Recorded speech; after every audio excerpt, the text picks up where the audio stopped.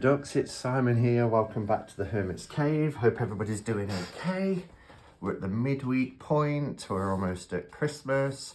And I just wanted to say today's the 21st, so a blessed Yule and happy winter solstice. And if you're in the Southern Hemisphere, happy summer solstice. So this was a lovely surprise because the Fifth Spirit Tarot is a deck that I didn't own when it was independently produced. I had gifted it to a couple of people and I was going to buy it, and then I heard that it was coming out mass market, and it's by Hay House. And I have to say, after seeing things like the Light Seers and the Muse Tarot, that they actually do a pretty good job when it comes to taking independently produced decks and produce them for a bigger audience via mass market. So I decided not to buy the independently produced one, and instead I pre-ordered this back in June, so 6 months ago. And it actually worked out because I stopped pre-ordering decks on Amazon, because what would happen in the past would be that I would order a deck, the release date would come, and it would automatically go straight to not available, but it didn't. And I just got an email saying, we're delivering your package today, and I was like, what package? And it was the Fifth Spirit, and I'd forgotten pretty much about it. I think I remembered a couple of months ago and checked where we were and seen that it was going to be released in December in the UK anyway. I think it was released a little bit earlier, perhaps in the States. And so I got this for a really good price. It actually worked out really well because it is now selling for £22, which is really good. But I got it at a pre-sale price of £13. I mean, £13 for a tarot deck. I mean, unbelievable. So I did save £9 on this by doing a pre-purchase. So this is Fifth Spirit Tarot by Charlie Claire Burgess. Charlie identifies using the pronouns, identifies as non-binary and uses the pronouns they, them, their. And this is a queer inclusive deck, gender inclusive, and I think it pretty much, is quite respectful for all minority groups. So let's see what it says on the back. Tarot beyond binaries. The tarot thrives in liminality and nuance. The more we work with tarot, the more we realize that everything is fluid. Gender, meaning, even time. We're all creatures of earth, air, fire, and water, bound together by the fifth element, spirit. This deck expands notions of gender through the juxtaposition of traditional titles and queried imagery. It encourages you to queer your practice by listening to your intuition, your personal symbolism, and your own lived wisdom. Now that's queer. It's a nice sturdy 2-pot box. It is a little bit stiff actually, which can happen until you break them in a little bit. I'll just give this a little bit of a, Wow, beautiful on the inside. It says, may this deck guide you to your truth. For where you find your truth, you'll find your power. I really like that. That's beautiful insert. May this deck guide you to your truth. For where you find your truth, you'll find your power. I love it. I wonder if there's anything written in the bottom. It just says in here, a queer and inclusive deck for a world beyond binaries. So the packaging, very good, very sturdy. It does have, I don't know if that's going to pick up in the light. It has raised font which is also glossy on a matte background.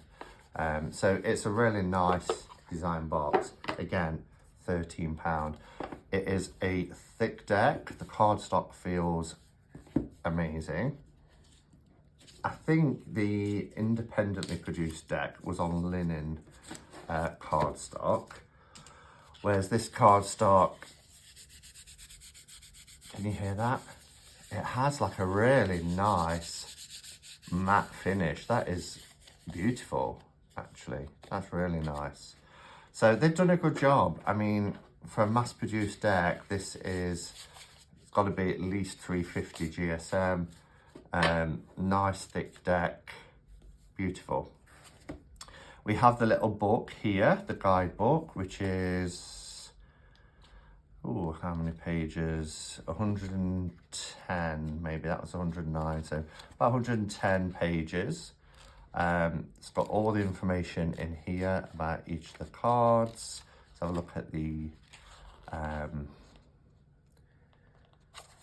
Fifth Spirit is dedicated to the queers, the outsiders, the survivors, and everyone making magic from the margins. Wow, they've really got away with words. Fifth Spirit is dedicated to the queers, the outsiders, the survivors, and everyone making magic from the margins. Wow. Note on gender and inclusivity, a bit about reversals, queering your tarot practice. And I don't know if anybody's ever followed Beth Maiden over at Little Red Tarot. I've even got the book, Queering the Tarot. There's lots of resources on there. Tarot spreads, we've got the cards, major, minor, wands. Now, from what I remember, I think with the minors, they really embody, the images really represent the elemental associations really well. So from what I remember, I think like the wands have things like candles and matches and lighters and lanterns to, you know, really represent fire. And the earth similarly have things like shovels and, you know, so I do think it's clever. It's a clever depiction. I just noticed some words as I'm looking through. When I started beginning this deck, I had been publicly out as non-binary for about a year. Tarot played an important role in figuring out my queerness, but at the same time, I had to admit that tarot had a big cis heteronormative problem. Nearly every deck I owned, and I owned a lot, was filled with straight, cis, white, thin, young, able-bodied, and conventionally beautiful people. I agree. I do think that has changed, or it's certainly in the process of changing. But absolutely, when I kind of got back into tarot full throttle and found this community back in 2016, I think I have to agree. We have come a long way in just a few short years, but there's always room for more. I wasn't planning on making a deck simply because I didn't think I could. I wasn't an artist. I didn't even think I could draw. Then, on an Aquarius new moon, for no particular reason, I picked up my ancient iPad and doodled an Ace of Cups. A little over a year later, I finished the deck you hold in your hands. Wow. They're saying they're not an artist. And look at this. Look at this artwork. Not an artist. Wow. And I love hearing stories like that. I really, get a kick on reading about the creative process behind. I mean, it's lovely to hold a new tarot deck and look at the images and, bond and gel with it. But there's always that little extra when the creator shares their experience and their creative process in bringing a deck into the world. What's it say here? The Empress can have long cascading hair with a flat hairy chest. The Emperor can wear flowy clothes, grow a beard and have breasts. A non-binary femme can be a king. A cisgender man can be a queen. And anyone can defy, expand, or ecstatically embody any gender that they wish. This is true of Tarot's archetypes, absolutely. And you reading this, whether you're transgender or cisgender, gay, bi or straight, liberation from enforced gender norms and binary thinking means greater self-determination for us all. In this guidebook, you'll find a section on queering your own tarot practice with suggestions for moving past the masculine-feminine duality, thinking beyond binaries, expanding your conception of gender and the cards and more. And this is key. I believe that anyone should be able to pick up a tarot deck and see themselves reflected in it. As such, I've tried to represent humans of diverse genders, races, body shapes, ages, that's one that often gets overlooked, as well as abilities. In Fifth Spirit Tarot, I should also situate I am in my intersecting layers of privilege. I'm a white, queer, non-binary, able-bodied, neurodivergent person raised middle class in the United States. This deck and guidebook are informed by Western esotericism, Pythagorean numerology, folk magic, Greco-Roman, Norse and Celtic mythologies, queer theory, intersectional feminism, tarot theories passed down from many people, but most notably Rachel Pollack, Mary Kay Greer and Lindsay Mack. Several years of dialectical behavioural therapy and my own lived experience. So, interesting little guidebook. Looks like we get quite a bit of information for the cards. 2 to 3 paragraphs for each card. Sections for each of the suits. Okay, so let's take a close look at the cards. And then, as always, I will pop back and share my thoughts. Actually, scrap that. I've changed my mind. I'm going to share. I started to film a flip through and I wanted to kind of talk through the process of going through the cards and kind of offer my insights. And whilst I've seen walkthroughs of this deck a long time ago, probably a year ago, since I've last seen a walkthrough, there's lots of images that I don't know. I'm assuming they're the same as what was in the original, but there's a couple of surprises and I'm asking myself, were they there? So after this, I'm going to go and watch another walkthrough and compare. But I like that, you know, we see so many decks when we watch a lot of YouTube videos that we do forget some images anyway.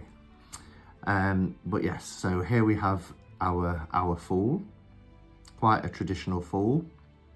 I like the way the font is written, kind of around the image, and it seems very freehand, handwritten, which I really like, because, you know, when I think of Pamela Coleman-Smith doing the RWS Tarot back in 1909, you know, to think that she actually hand painted her titles onto the cards. I love that the little dog is inside the knapsack rather than still kind of looking down thinking, uh-oh. And the flower seems like it's not really there, almost, you know, it's just symbolic. These cards for a mass market deck, these are the backs, by the way, so if I didn't show them, the open hands with each of the elements represented through symbols. Yeah, the gorgeous cardstock. Here we have our Magician, concocting with potions. Again, we have a lot of these sort of light objects made of light. We see on each of these bottles here the symbols representing, you know, the water is pouring out, and you can see the cup on that bottle. We've got the pentacle, the wands, the sword, so representing there the elements. the High Priestess, got the pomegranates.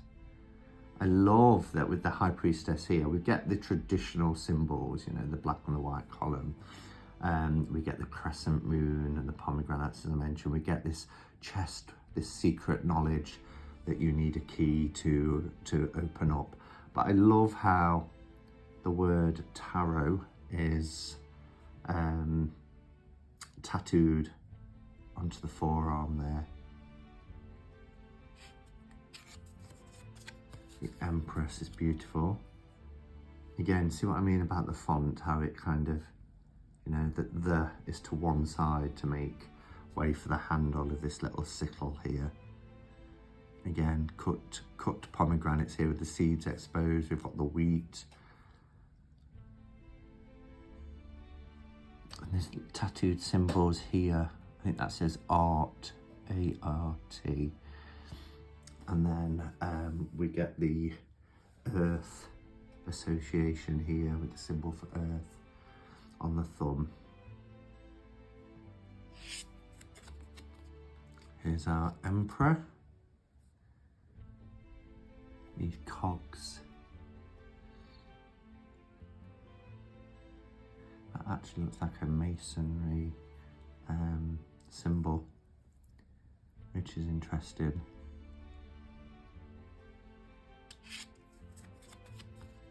The Hierophant. 2 keys here, again symbolic because they're in kind of light form. Again, the earth symbol here.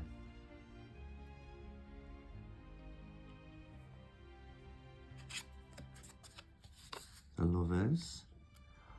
I really like how this is showing the 2 opposites. We've got this dark figure here with the universe, you know, showing kind of the shadow aspect.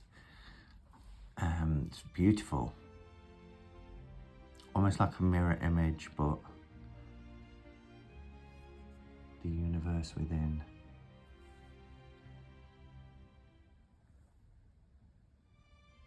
There's so much symbology within these images as well. It's the Chariot. I love the skates.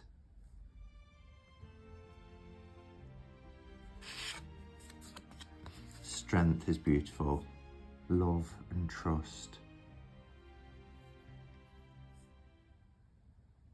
Just look at the affection from that dog.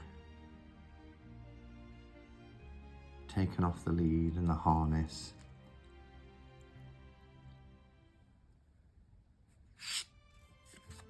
This is a gorgeous hermit card. So notice how a lot of these symbols that we would see in the more traditional tarot is added, like the wings here with the heart, but they're almost like appearing as light. Similar here, we've got the hermit and his lantern is made of light.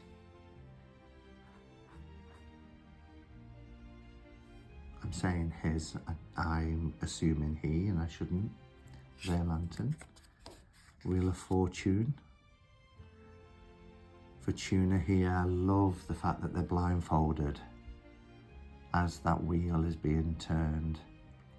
And we've got, you know, we've got the earth, fire, air and water, all 4 here. And that's really cleverly done. Beautiful. And this person says they're not an artist. It's incredible artwork. I'm not an artist, but if I tried, I would not be able to create something like this. We have the heart being weighed against the feather here. There's very much the Egyptian kind of mythology there.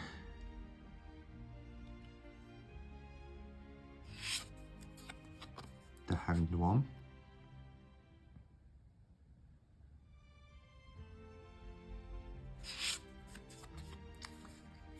Now I do remember this image, and this was one of the reasons why I wanted to get this this deck. I think this is a beautiful deck card. We have this new life, you know, and the child being fed. It's very representative.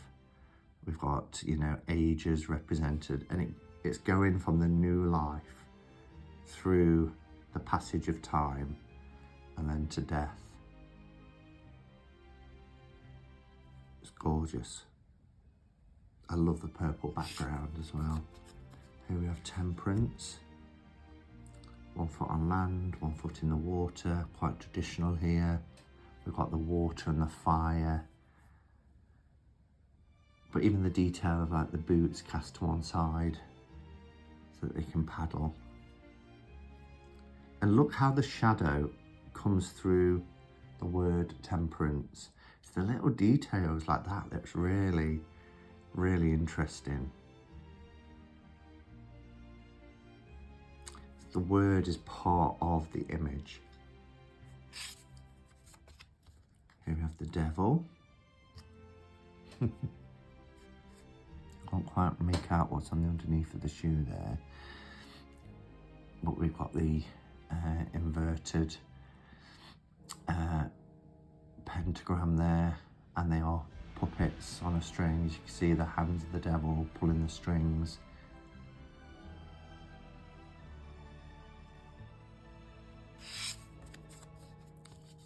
Epic Tower card. I love this. I mean, we don't live in Rapunzel's tower, do we? You know, and here's somebody's home that's actually, you know, that's real devastation.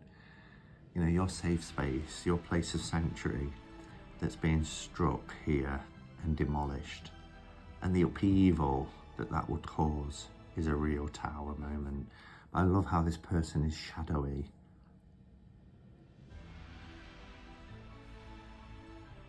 Incredible image. The star, beautiful.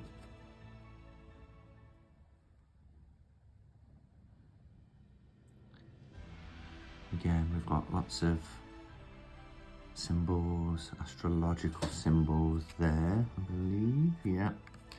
And on that jug, we actually have the symbol for air.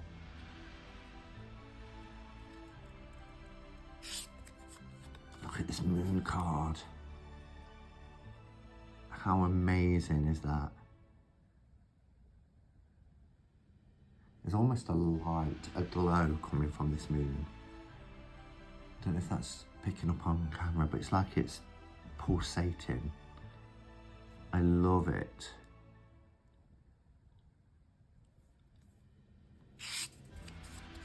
And the sun.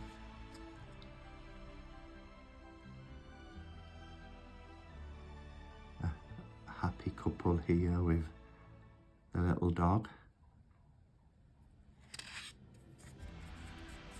Judgment.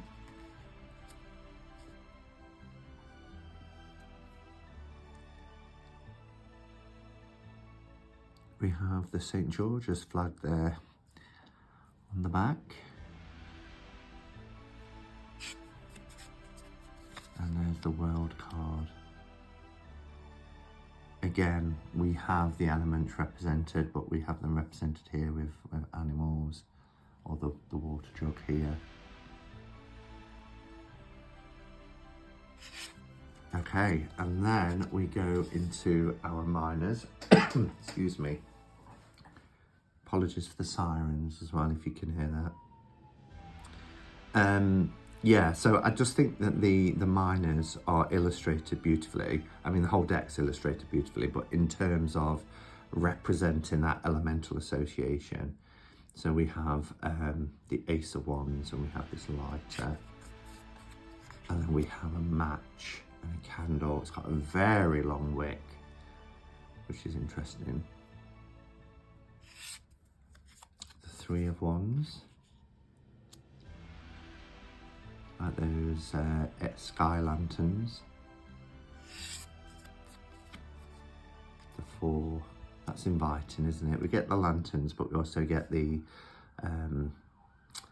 what would you call it? Like a wood burner. An auger type with the pan And the kettle on the stove. 5 of Wands. Smoke out the bees. So here we have the 6 of Wands, and we get that laurel here that we're used to seeing. And then, are they fireflies? No, they're not fireflies. I think they're either fireworks or sparklers. Or the colours are lovely. I hope it's showing, but these are really vibrant, beautiful colours. 7. And then we have, move these, 8. The fireworks with the, it's just been lit. There's a lot that's going to go off there. The 9 of Wands.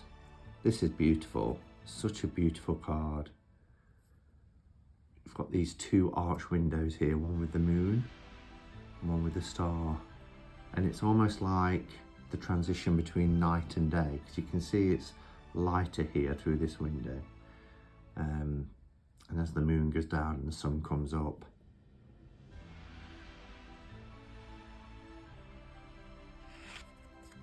The 10 of Wands.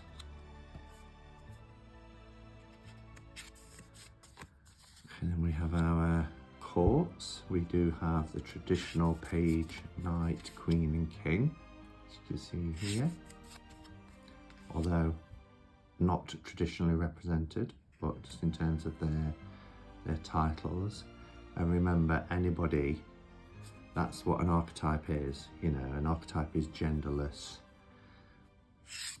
We can all embody the king, the queen, etc. And then we have our cups, our water suit.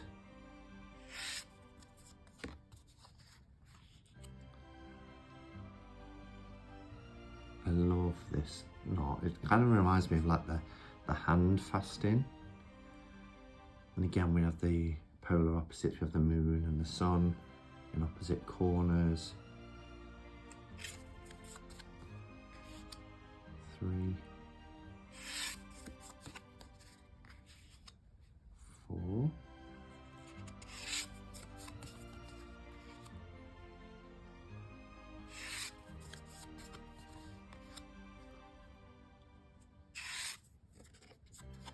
There's our 7 of Cups, with lots of different vessels with objects within them.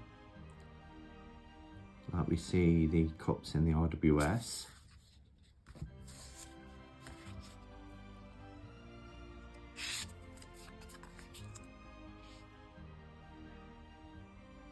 Eight of Cups. I love this open door and the path going on across the hills. Really like that. 9.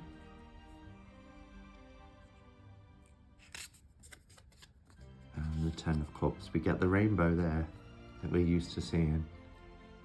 I love how it's all cascading down. It's like a champagne fountain at a wedding reception or something. Our page.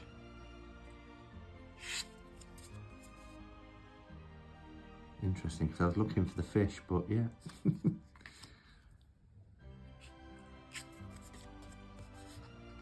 I love the dowsing crystals here. The crystals and like a deck of cards waiting to give a reading. And the king. Then we have our sword suits. And again, you know, the swords represents the element of air. So we have these feathers as well to represent, as well as the blade. Representing the sword suit. Here we have a moth. It's drawn, it's okay. Interesting with the eye. I love that we get the cross blades here, the sword, the 2 of swords. The 3 of swords, which we're used to seeing a human heart. And this is needle and threads. The 4.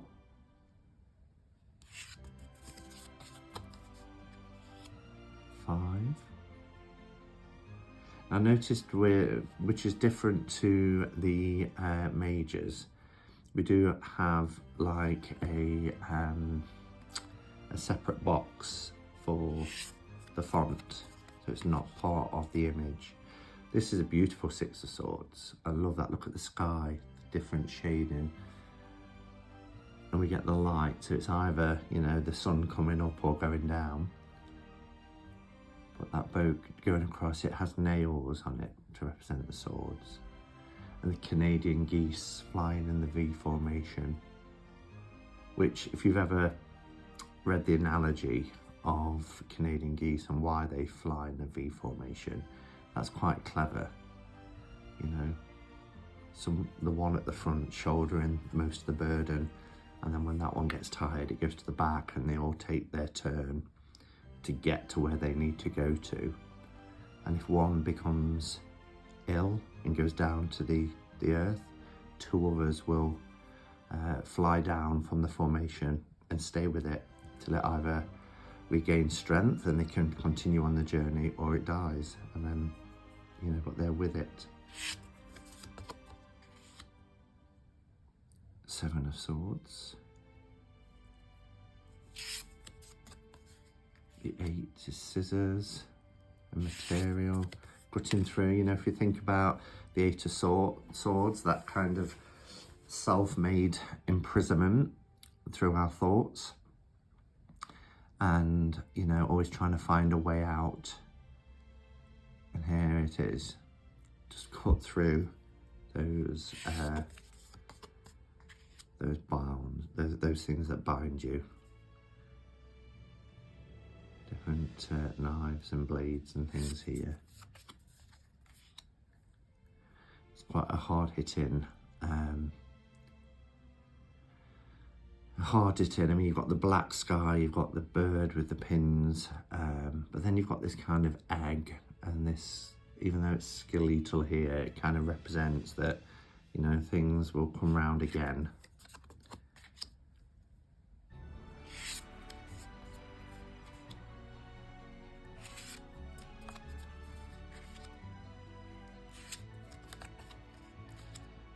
And then our final suit is Pentacles. Make sure that's look like on camera.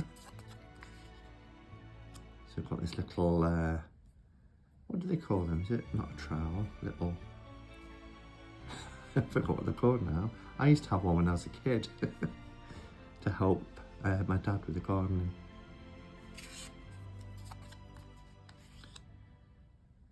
Three of Pentacles.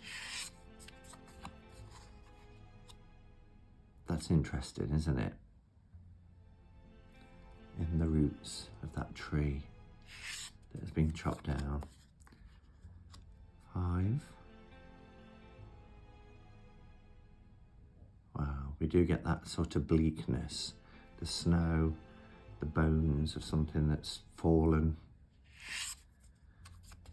Six of Pentacles, we've got the donation box, people giving to people less fortunate than themselves. Seven. So I do feel that, you know, I mean, some more than others, but some very easy to interpret if you're used to reading with an RWS. Others are a little bit more pippish, like this one. But you get a sense. Beautiful Ten of Pentacles. Look at that for a little home. Well-maintained garden. Picturesque. Love the colours in this rainbow. All pastels.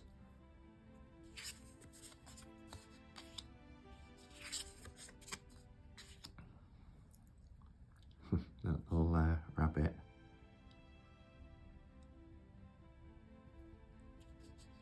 A new little shrub. And there you have it. So, yeah, fifth spirit. I'm really pleased, actually. Let me make sure the light is right.